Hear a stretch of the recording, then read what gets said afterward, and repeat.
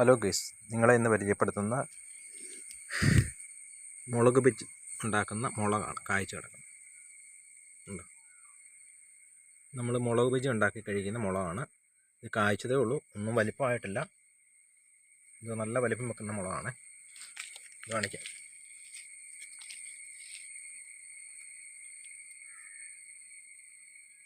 ഉണ്ടോ? ഇതാണ് സാധനം. നമ്മൾ ബജി മുളകെന്ന് പറയില്ലേ, ആ സാധനം. ഇപ്പം കായ്ക്കാൻ തുടങ്ങിയിട്ടേ ഉള്ളൂ. ചെറിയ ചീനിയാണ്. ഈ ചീനിയെ 4-5 ഉണ്ട്. ഉണ്ടോ? ഇതാണ് ബജി മുളക്. ഇത് ഒരാഴ്ചയും കൂടെ കഴിയുമ്പോൾ പറിക്കാറാവും.